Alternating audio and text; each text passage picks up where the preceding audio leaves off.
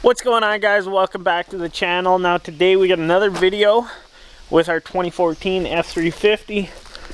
Now in the last few videos we've done with this truck since we bought it, we did shocks, we did the front coils. We've done actually quite a bit to this truck trying to get it to ride better. We had a death wobble issue. We seem to have that fixed. It was just a blown steering stabilizer, plus we had some bad front shocks.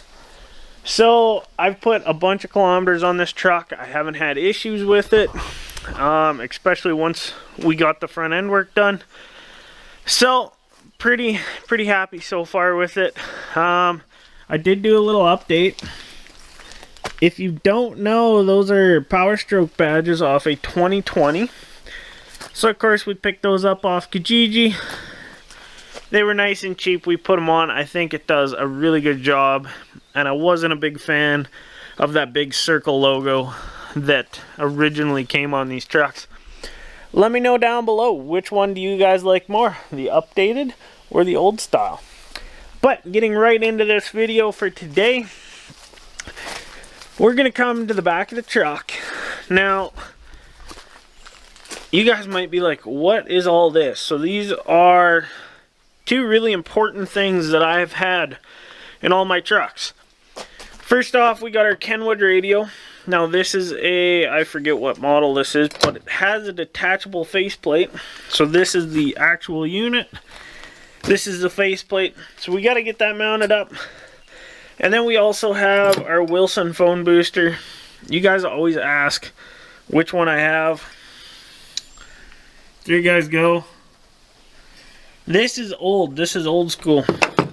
They have really new updated models that work a lot better. But back in the day, this is about a $900 unit and it still does the job. So we got our antenna. This is a magnet base antenna. Of course, that's aluminum. But we got to get that on the back of the truck and route in through the tail light. That's how I've always done them. And then we got to get this mounted.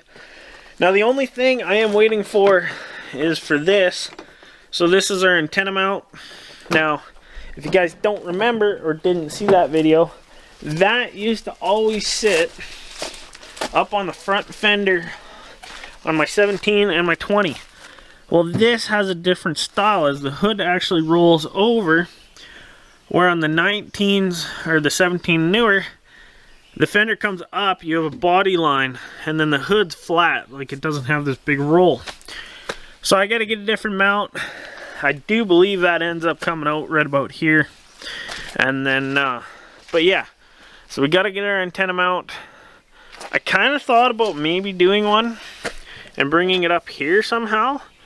That might look cool. We'll look into that. We'll see what we can do. But one way or another, we got to pull the dash.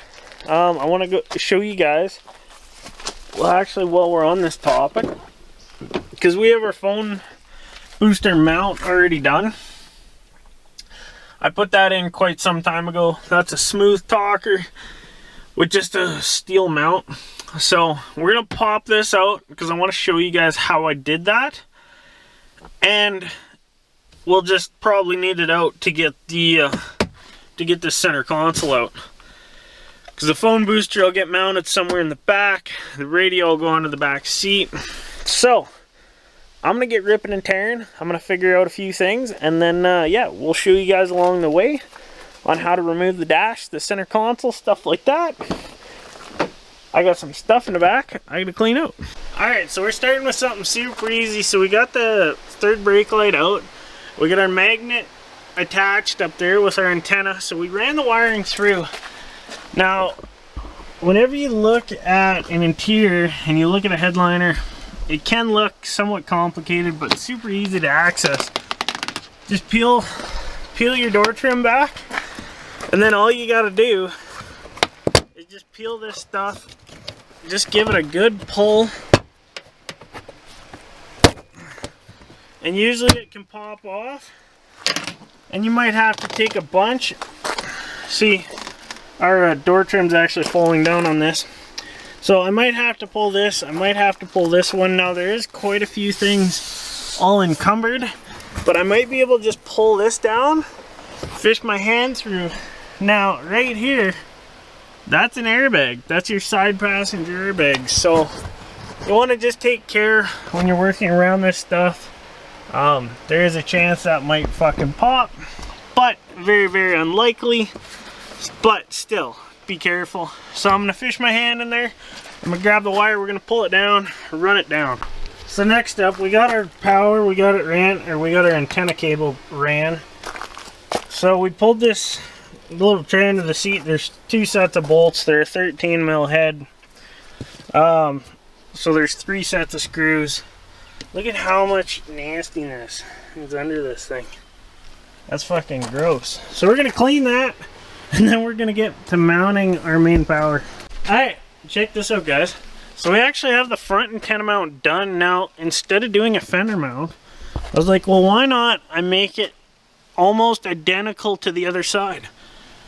So what I did is I took this cowling, I actually drilled through it, and I have my antenna coming up through. So now when you look back, it matches pretty close to what the radio antenna is on the other side. Now I want to show you guys how I did this. You pop your hood.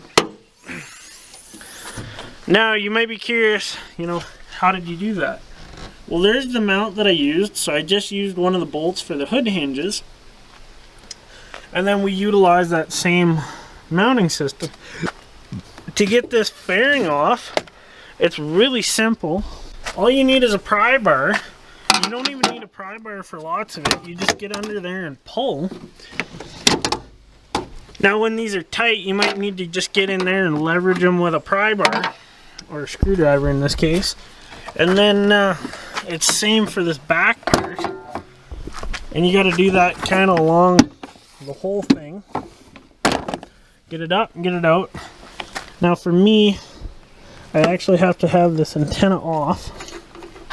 So the top of my antenna comes off. And there we go. So now this just pops out. And you can take it either forward or backwards, it doesn't really matter. But there you guys go. There is the mount. Now if you had some time and you had the ability to make this, like make a proper one for in here, that would be ideal. But we don't have everything to do that. So we just utilized the one from our 2020. But that bracket's been in now a 2011, a 2017, a 2020, and now back into our 2014. And originally the 2011, that was a half ton. So a little bit different, but that bracket's made its way around. I've modified it to work, and I'm glad we can modify it to work in this one. So I'm gonna go up, I'm gonna bore this out a little more, clean that hole up. We're gonna get this thing fitted perfect. We'll button this down, and then we gotta run this wire back through all the way back to the back seat, which we've actually made some pretty good progress. So right here, you actually have a 12 volt plug-in. So we pop the end off. The end looks like this.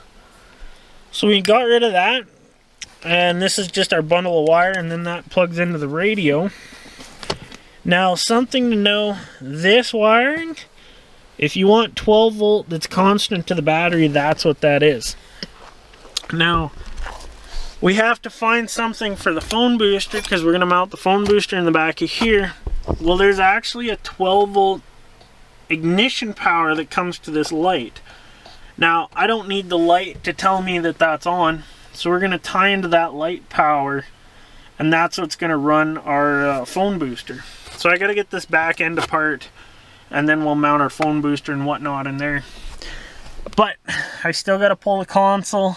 I figured while I was doing this, I wanted to get that front done, because I got to run that antenna wire all the way back. So we're going to go ahead, I'm going to finish that up, get the wires poked through. We're going to get this console moved, and yeah, things are coming along really well, guys.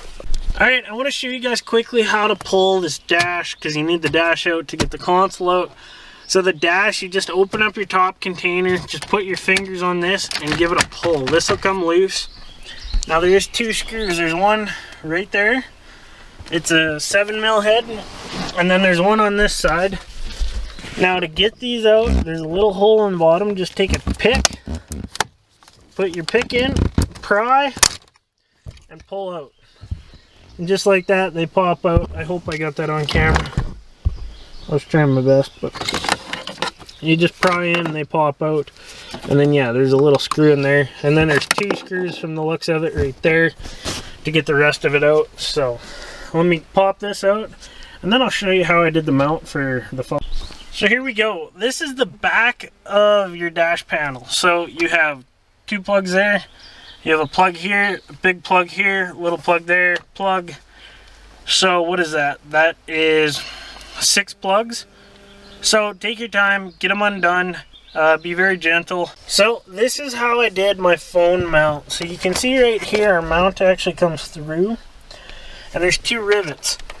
So how I was able to do that is you got all this trim that surrounds your centerpiece. Now that's all these little screws. You just have to take those out. Then that center actually comes completely out, which is really cool.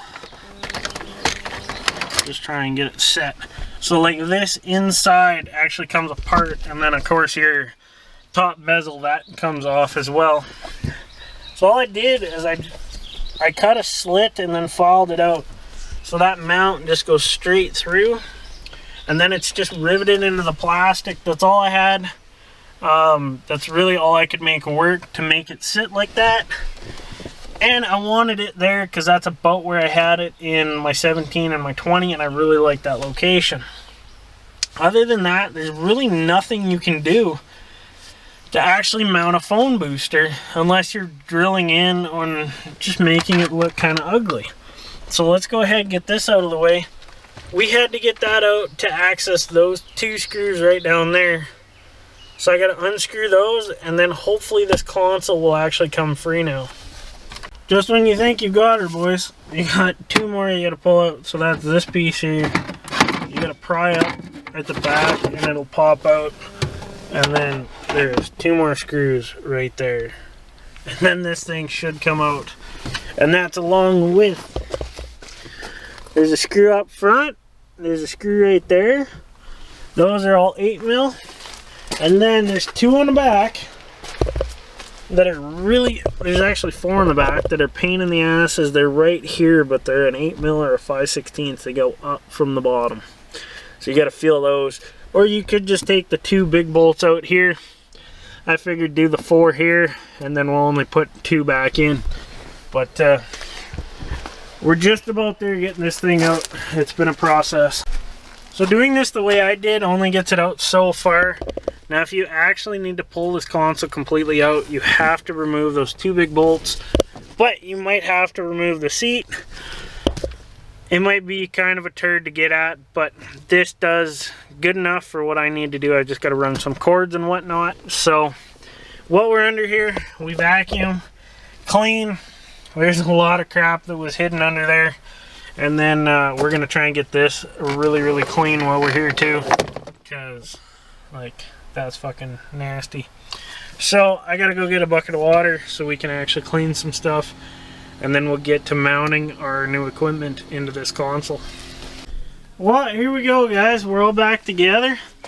So we got our radio. This is the placement we went with.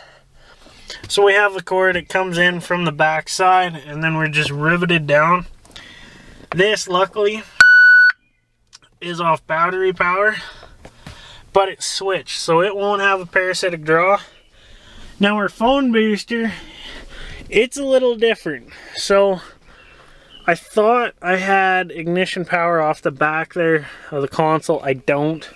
The little light on your inverter plug, it's only 4 volts, so that's not good enough. So yeah, I gotta figure out a different way of running that. I gotta figure out a ignition power. Since the 12 volt plugs in this truck are straight off the battery, now that's something different from the 17 and newer trucks, because those are all ignition powered or ignition switched. So it's not the end of the world. I could just hook it up straight, but we don't need that being a parasitic draw throughout the time, especially if this truck's going to sit a little bit like it will. So I don't want it killing the batteries, especially come winter time. That won't be good. So I'm going to do a little bit of searching, try and find 12 volt power, which shouldn't be hard. I should be able to steal it off the back of the radio, and then I'll just have to run my wires, whatever. It'll be fairly simple. Yes, it's a little more screwing around, but I want it done. I want it to be right. So yeah, we're gonna leave this video off now. I hope this was informational and it'll help you guys out. This was the first time pulling the console on this year truck for me. Now the 17 to 19, those are so much easier. These have so much more to them. So it's good to see that over the years that they've evolved and made these easier. But yeah, I hope you guys enjoyed this video. We'll see you guys next time.